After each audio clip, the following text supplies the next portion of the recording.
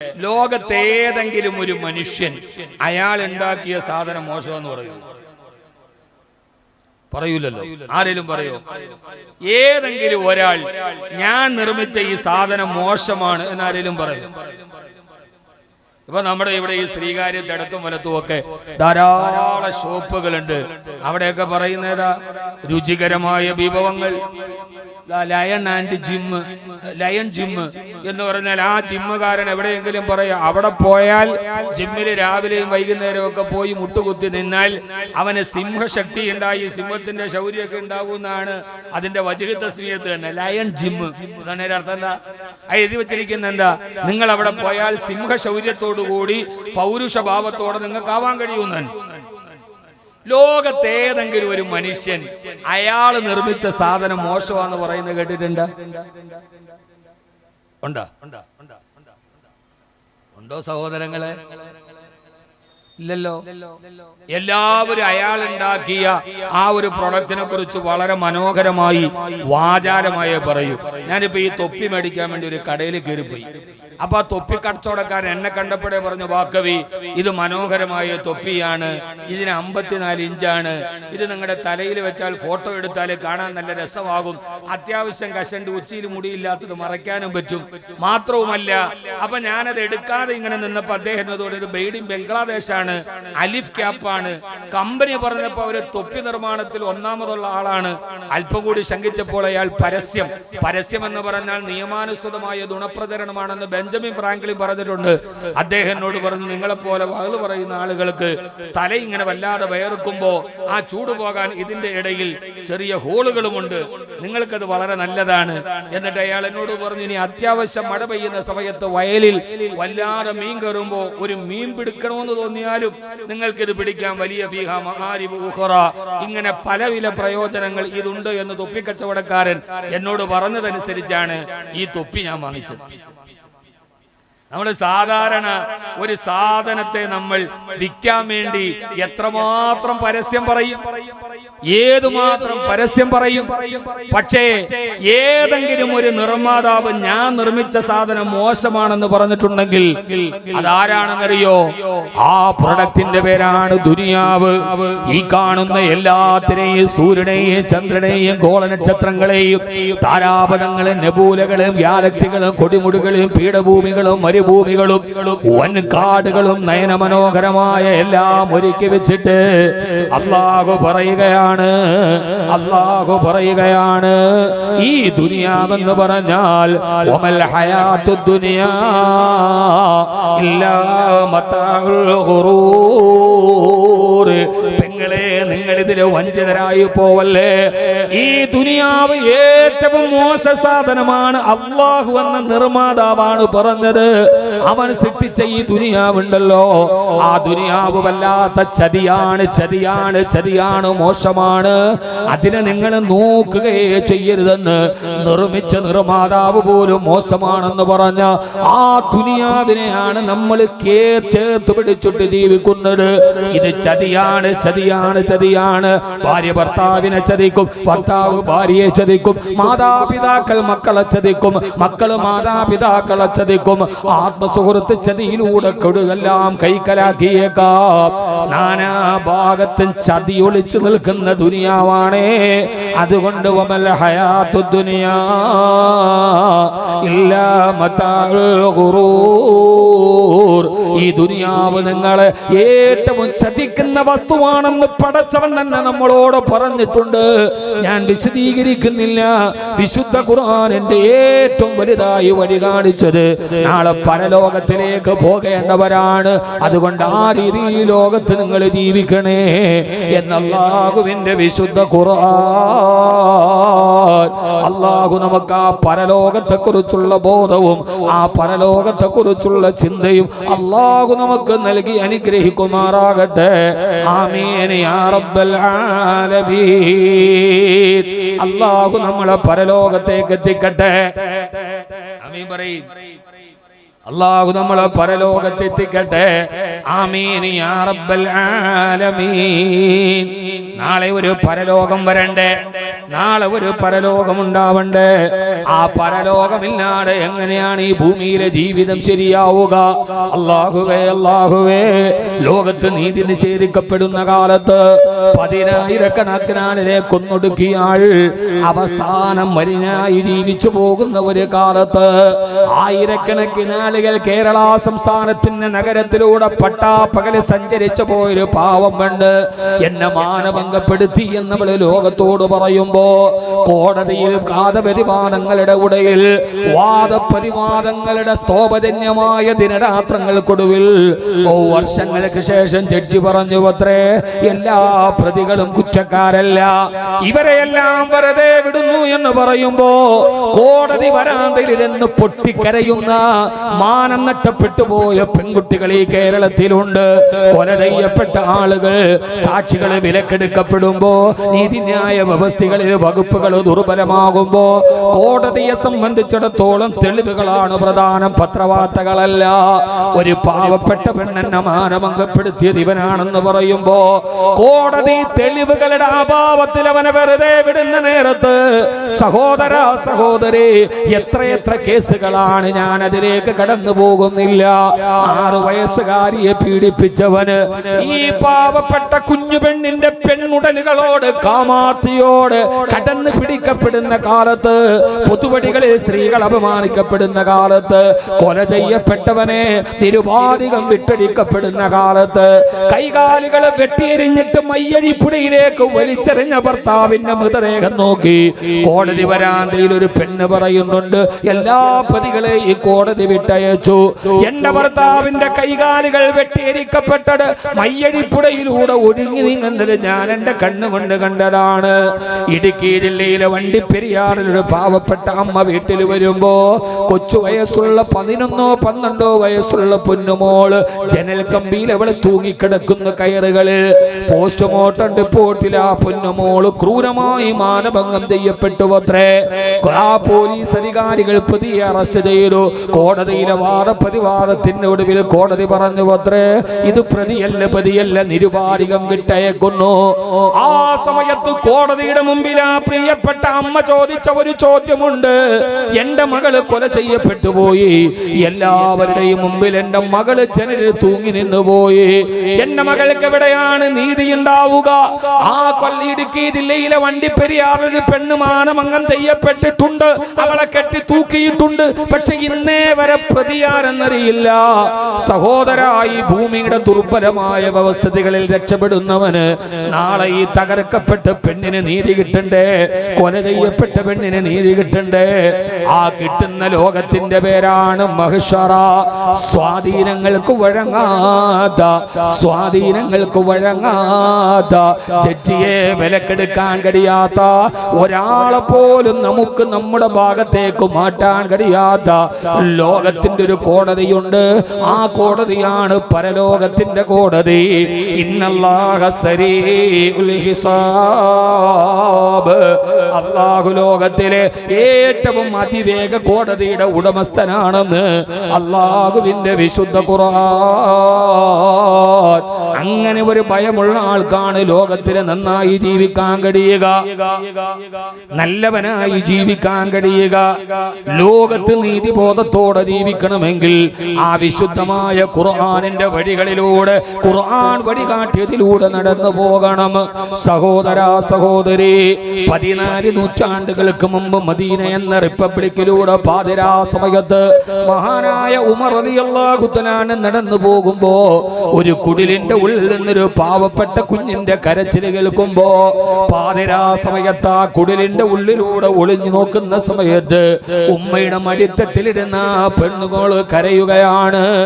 ആ ഉമർ റളിയല്ലാഹു അൻഹു, വേഷപ്രസന്നനായ ഉമർ റളിയല്ലാഹു അൻഹു ആ ഉമ്മയോട് ചോദിച്ചു, ഉമ്മാ അന്തി ഉമ്മിസൂ, ലോകത്തിലെ ഏറ്റവും ദുഷ്കർമ്മിയായ ഉമ്മ നിങ്ങളാണല്ലോ. ആ ചോര പൈതലും മടിത്തട്ടിലിരുത്തി കരയുമ്പോൾ നിങ്ങളുടെ ഹൃദയം പിറക്കുന്നില്ലേ?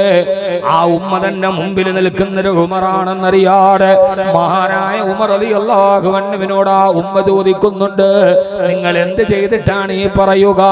നിങ്ങൾ അറിഞ്ഞില്ലേ ഈ നാടിന്റെ ഭരണാധികാരിയായ ഉമർ മുലകുടി പ്രായം കഴിഞ്ഞ കുട്ടികൾക്ക് റേഷൻ അനുവദിക്കില്ലെന്ന് നിയമം പാസാക്കി.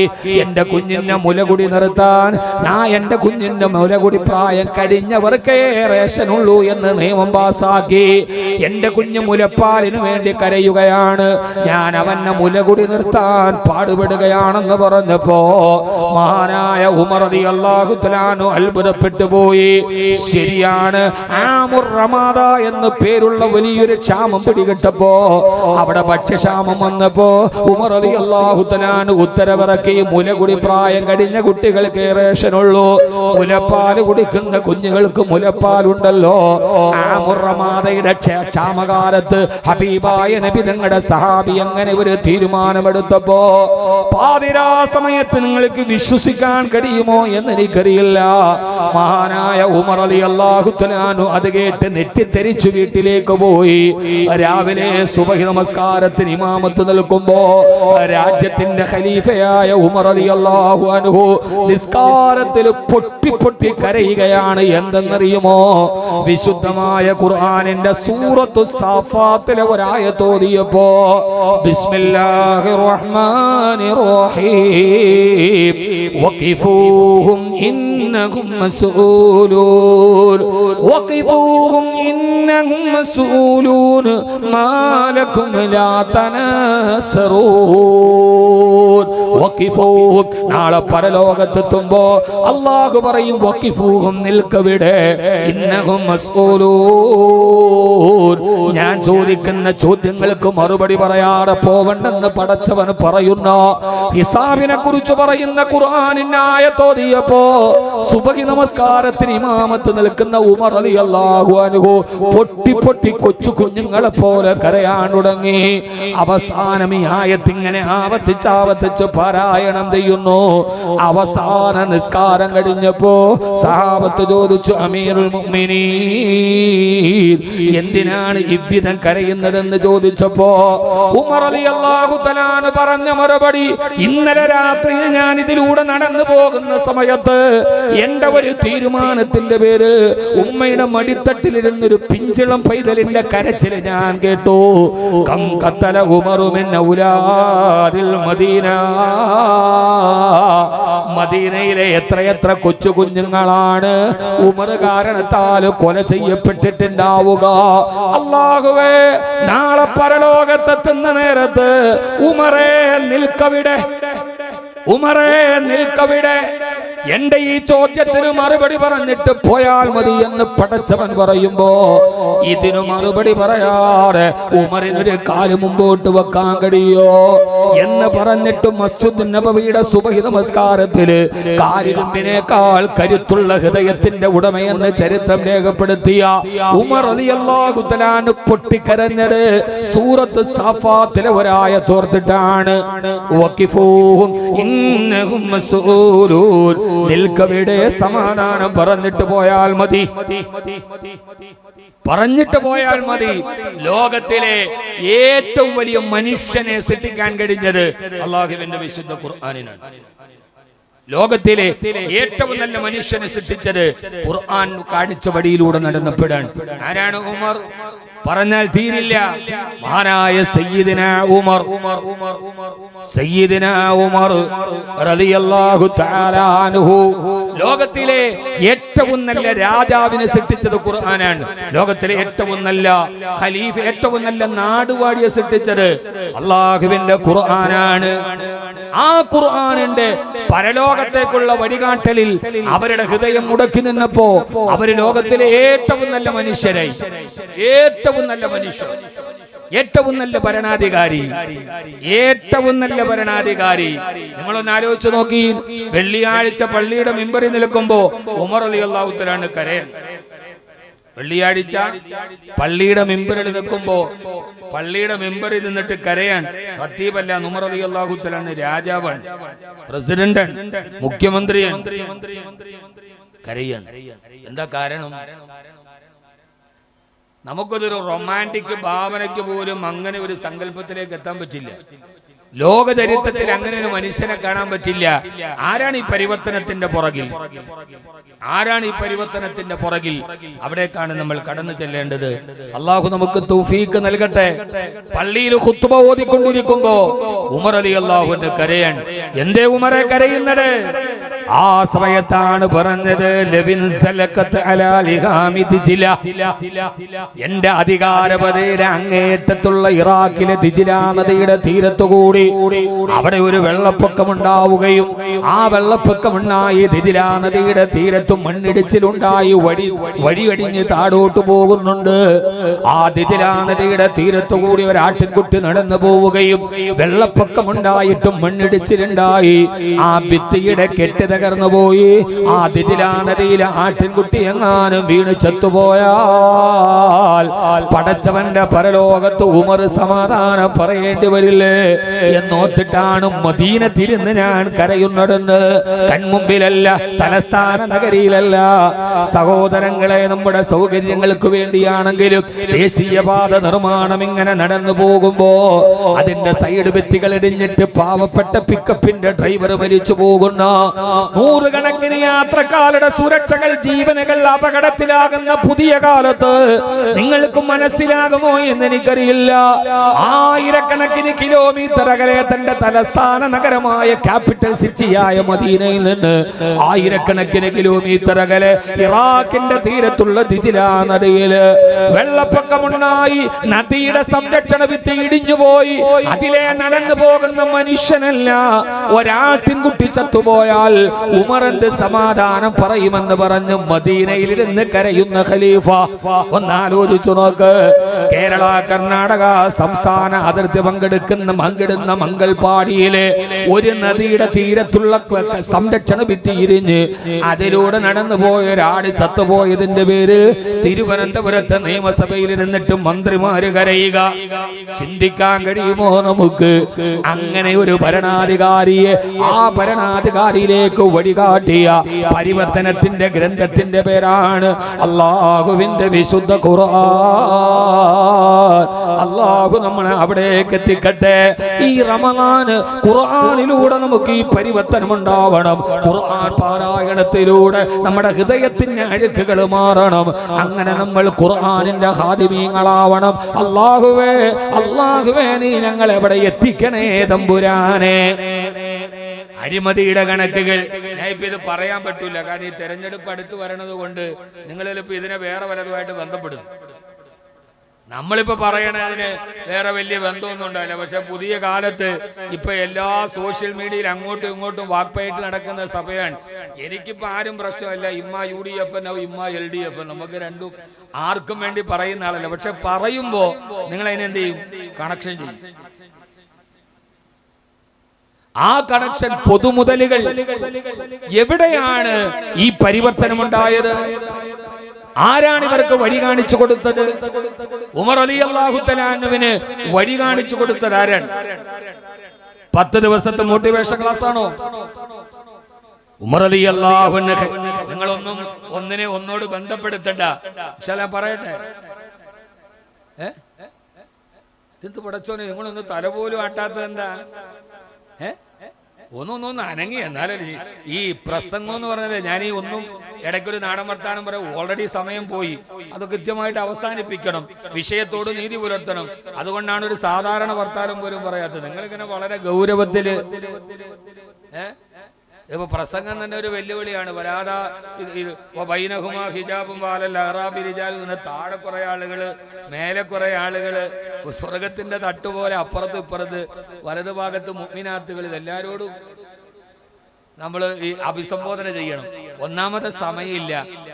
അതുകൊണ്ടാണ് ഞാൻ കൂടുതൽ നാടൻ വർത്താനത്തിലേക്ക് പോകാത്തത്. വിശുദ്ധമായ ഖുർആനിനെ സ്നേഹിക്കുക എന്നത്. എന്തിനാണ് നമ്മുടെ മഹല്ലിന് കീഴിൽ ഇത്രയും ചെലവിൽ ഒരു അറബി കോളേജ്? എന്തിനാണ് ഇവരെ പഠിപ്പിക്കുന്നത്? എന്തിനാണ് ഇവരെ പഠിപ്പിക്കുന്നത്? ആ ചോദ്യത്തിനൊക്കെ ഒത്തിരി ഒത്തിരി ഒത്തിരി ഉദാഹരണങ്ങളുണ്ട്. ഒത്തിരി ഒത്തിരി ഉദാഹരണങ്ങൾ. ഹബീബ നമ്മളെന്ന് പറയുന്ന ഒരു മനുഷ്യനെ നല്ല മനുഷ്യനാക്കി മാറ്റണമെങ്കിൽ ആ വഴികാട്ടി ഖുർആനായിരിക്കണം. ഖുർആനിന്റെ വഴിയിലൂടെ നടന്നാലേ ഒരു നല്ല മനുഷ്യനുണ്ടാവും, ഒരു നല്ല സ്ത്രീ ഉണ്ടാവും. ഒരു നല്ല സ്ത്രീ ഉണ്ടാകണമെങ്കിൽ എവിടെ പോകണം? സൂംബ ഡാൻസ് കളിച്ചാൽ ഉണ്ടാവില്ല. ഒരു നല്ല സ്ത്രീ ഉണ്ടാകുന്നത് എപ്പോഴാണ്? ആരുടെ മുമ്പിലാണ്? ഏത് ഉപദേശത്തിന്റെ മുമ്പിലാണ്? ഏത് ഉപദേശത്തിന്റെ മുമ്പിലാണ് സഹോദര സഹോദരി? ഇപ്പൊ ഖുർആനിനെ മുഴുവനും പറയുക എന്നത് വളരെ പ്രധാനപ്പെട്ട ഒരു വിഷയത്തെ വിപുലമായി പറയാൻ കഴിയില്ല. എന്റെ ശബ്ദം കേൾക്കുന്നവരോട് പ്രിയപ്പെട്ട സഹോദരി, ഒരു ഏറ്റവും നല്ല സ്ത്രീ ഉണ്ടാകുന്നത് എവിടെയാ? ലോകത്തിലെ ഏറ്റവും നല്ല സ്ത്രീ ആരാ? ലോകത്തിലെ ഏറ്റവും നല്ല സ്ത്രീ ആരാ സഹോദരി? ഏറ്റവും നല്ല സ്ത്രീ ആരാ? ഐശ്വര്യ റായ്, ലാറ ദത്ത, യുക്താമുഖി, ഇങ്ങനെ നമുക്കറിയാവുന്ന ധാരാളം ആളുകളുണ്ട്. മദർ തെരേസ, അൽഫോൻസാമ്മ, ഇങ്ങനെ എല്ലാവരും വാഴ്ത്തപ്പെടുന്ന ആളുകളുണ്ട്. എന്നാൽ ലോകചരിത്രത്തിലെ ഏറ്റവും നല്ല സ്ത്രീകൾ ആരെന്നറിയോ? ആ സ്ത്രീകള് ശരീര സൗന്ദര്യ പ്രദർശന മത്സരത്തില് സമ്മാനം മോഹിച്ചു പുമറേനിയ പട്ടിക്കുഞ്ഞുങ്ങളെ മടിത്തട്ടിലിരുത്തി പാലൂട്ടിയിട്ട് സൗന്ദര്യ റാമ്പുകളിൽ ലോകത്തിന്റെ ഏറ്റവും വലിയ സൗന്ദര്യപട്ടം നേടിയ റാണിമാരല്ല, ലോകത്തിലെ ഏറ്റവും നല്ല സ്ത്രീകളാരെന്നറിയോ? നേമൻ നിസാഉ നിസാഉൽ അൻസാർ. ലോകത്തിലെ ഏറ്റവും നല്ല സ്ത്രീകൾ അൻസാരിയത്തായ സ്ത്രീകളാ. ലോകത്തിലെ ഏറ്റവും നല്ല സ്ത്രീകളും മദീനയിലെ സ്ത്രീകളാണെന്ന് അല്ലാഹുവിന്റെ റസൂൽ നബി മുഹമ്മദ് മുസ്തഫ സല്ലല്ലാഹു അലൈഹി വസല്ലമ. മദീനയിലെ സ്ത്രീകൾ ഏറ്റവും നല്ല സ്ത്രീകളായത് ഏതതിന്റെ പേരിലാ? അവരുടെ പ്രതിശീർഷ വരുമാനത്തിന്റെ പേരിലല്ല, അവരുടെ ഇൻസ്റ്റയുടെ ഫോളോവേഴ്സിന്റെ ആധിക്യത്തിലല്ല, 10 മില്യൺ വ്യൂവേഴ്സ് ഉണ്ടായിട്ടല്ല. എന്റെ പ്രിയപ്പെട്ട പെങ്ങളെ, ആ സ്ത്രീകളെ ഏറ്റവും നല്ല സ്ത്രീകളായത് എങ്ങനെന്നറിയോ? അല്ലാഹുവിന്റെ വിശുദ്ധമായ ഖുർആനിൽ ആയത്തിറങ്ങി, വകുല്ലിൽ മുഅ്മിനാതി യഗ്ളുന മിൻ അബ്സാരിഹിന്ന വയഹ്ഫളന ഫുറൂജഹുന്ന വലാ യുബ്ദീന സീനതഹുന്ന. ഓ നബിയേ, വകുല്ലിൽ മുഅ്മിനാതി, സത്യവിശ്വാസിനികളായ സ്ത്രീകളോട് പറഞ്ഞു കൊടുക്ക് നബിയേ, യഗ്ളുന മിൻ അബ്സാരിഹിന്ന, അവരുടെ കണ്ണുകളെ സൂക്ഷിക്കാൻ പറയും നബിയേ. ഹിജാബിന്റെ ആയത്തിറങ്ങിയപ്പോ, തലയും മുഖവും മറക്കണമെന്ന ആയത്തിറങ്ങിയപ്പോ, ആ സമയത്ത് അല്ലാഹുവിന്റെ റസൂലിന്റെ മുമ്പിൽ പോയിട്ട് അവരാരും ചോദിച്ചില്ല, നബിയേ ഈ ആയത്ത് മൻസൂഖാണോ? ഈ ഹദീസ് ലൈഫാണോ? ഇതിന്റെ സനദുകളുണ്ടോ? ഇത് മുത്തസിലാണോ? ഇത് മുൻഫസിലാണോ? ഇസ്ലാമിന്റെ കർക്കശമായ വിധി വന്നപ്പോ ഹബീബായ നബി തങ്ങൾ മദീനത്തെ പള്ളിയിലെ സഹാബത്തിനോട് ഓതിക്കൊടുത്തു, സഹാബാ, നിങ്ങളുടെ സത്യവിശ്വാസിനികളായ സ്ത്രീകളോട് പറയണേ, അവരുടെ കണ്ണുകളെ താഴ്ത്താൻ പറയണേ. ആ സമയത്ത് അൻസാരികളായ സ്ത്രീകള് അവര് പുതച്ചു വെച്ചിരിക്കുന്ന പുതപ്പുണ്ടല്ലോ, തണുപ്പുള്ള മദീനയില് പുതയ്ക്കാൻ ഉപയോഗിച്ച പുതപ്പ് കീറിയിട്ട് അവര് ടൈലറില്ലെന്ന് പറഞ്ഞില്ല, അത് തയ്ച്ചു കിട്ടിയില്ലെന്ന് പറഞ്ഞില്ല, റമളാനാകട്ടെ എന്ന് പറഞ്ഞില്ല. ഖുർആനിൽ ഒരു ആയത്തിന്റെ നിയമം ഇറങ്ങിയപ്പോ അവര് പുതച്ച് മദീനത്തെ കൊടുമ്പിരി കൊള്ളുന്ന തണുപ്പത്ത് പുതച്ചു വെച്ചിരിക്കുന്ന പുതപ്പ് വലിച്ചു കീറിയിട്ട് അവരുടെ മുഖം ഇങ്ങനെ മറച്ചു കിട്ടിയിട്ട് അല്ലാഹുവിന്റെ റസൂലിനോട് പറഞ്ഞു, യാ റസൂലല്ലാഹ്, ഞങ്ങളിതാ ഹിജാബ് അണിഞ്ഞു നബിയേ.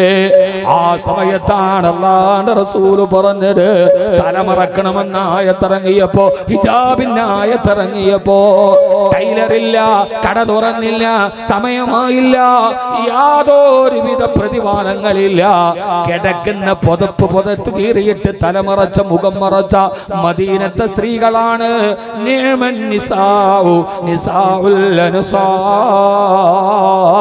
അവര് മദീനയിലെ സ്ത്രീകളെ ഏറ്റവും നല്ല സ്ത്രീകളാ.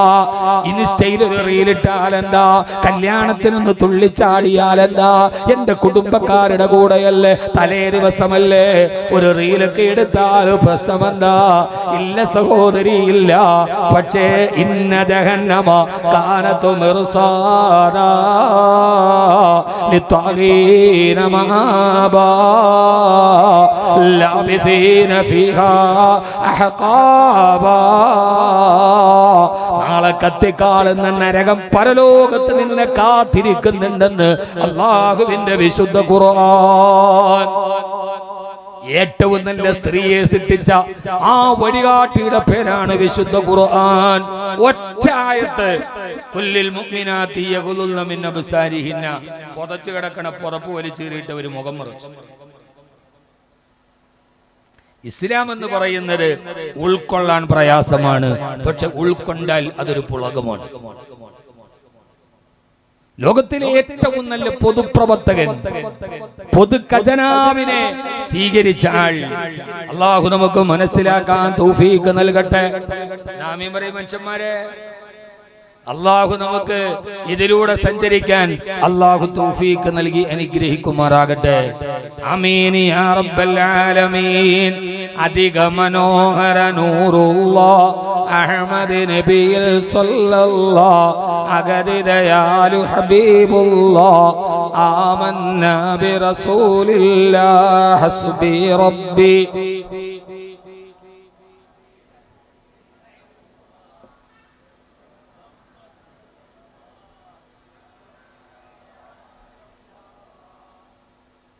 ഇതിനകത്ത് ഇപ്പൊ ചൊല്ലാൻ പേടിക്കാനൊന്നുമില്ല. ഹസ്ബി റബ്ബി ജല്ലല്ലാ, എനിക്കെന്റെ റബ്ബ് മതി.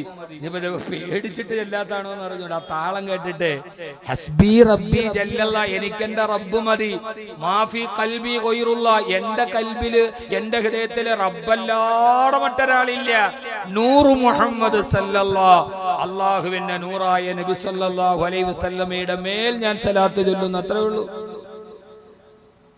ഇതൊക്കെ പാരമ്പര്യമായി പരമ്പരാഗതമായി നമ്മുടെ തായ്വടിയിൽ പറഞ്ഞു തന്ന മനോഹരമായ, നമ്മുടെ നെഞ്ചിലുടക്കി നിന്ന ഒരു ആദർശത്തിന്റെ തൗഹീദിന്റെ മന്ത്രമാണിത്. ഇതെല്ലാം നമുക്ക് നഷ്ടപ്പെട്ടു പോയി. എങ്ങാനും എന്റെ വീട്ടില് പഴയ വീഡിയോ കോണിന്റെ ബ്ലാക്ക് ആൻഡ് വൈറ്റ് TV ആയിട്ട് മകൻ ഗൾഫിൽ നിന്ന് വന്നപ്പോ എന്റെ വീട്ടിൽ ഇത് കയറ്റിയാൽ മലക്കുകളിൽ പീട്ടി കയറൂല, അതുകൊണ്ട് ഞാൻ ഇറങ്ങാന്ന് പറഞ്ഞ നമ്മുടെ ഉമ്മൂമ്മമാരുണ്ട്, നമ്മളെ ദീൻ പഠിപ്പിച്ചു തന്നവര്. ഇപ്പൊ അവര് സ്വന്തം റീലിടാൻ തുടങ്ങി. ആ കെട്ടകാലത്താണ് നന്മ പറഞ്ഞു തരാൻ ഒരാൾ പോലും ഇല്ല. ഇതാണ് നന്മ, ഇതിലേടൊക്കെ നടക്കൂ എന്ന് പറയാൻ ഒരാൾ പോലും ഇല്ല. അള്ളാഹു നമുക്ക് തൗഫീഖ് നൽകട്ടെ. അണ്ണൊന്ന് ഉറക്കെ പറയും. അധിക മനോഹര നൂറുല്ലാഹ് അഹ്മദ് നബിയിൽ സല്ലല്ലാഹ് അഗദിദയാലു ഹബീബുല്ലാഹ് ആമന്നാ ബി റസൂലില്ലാഹ്. ഉറക്കെ ഹസ്ബി റബ്ബി.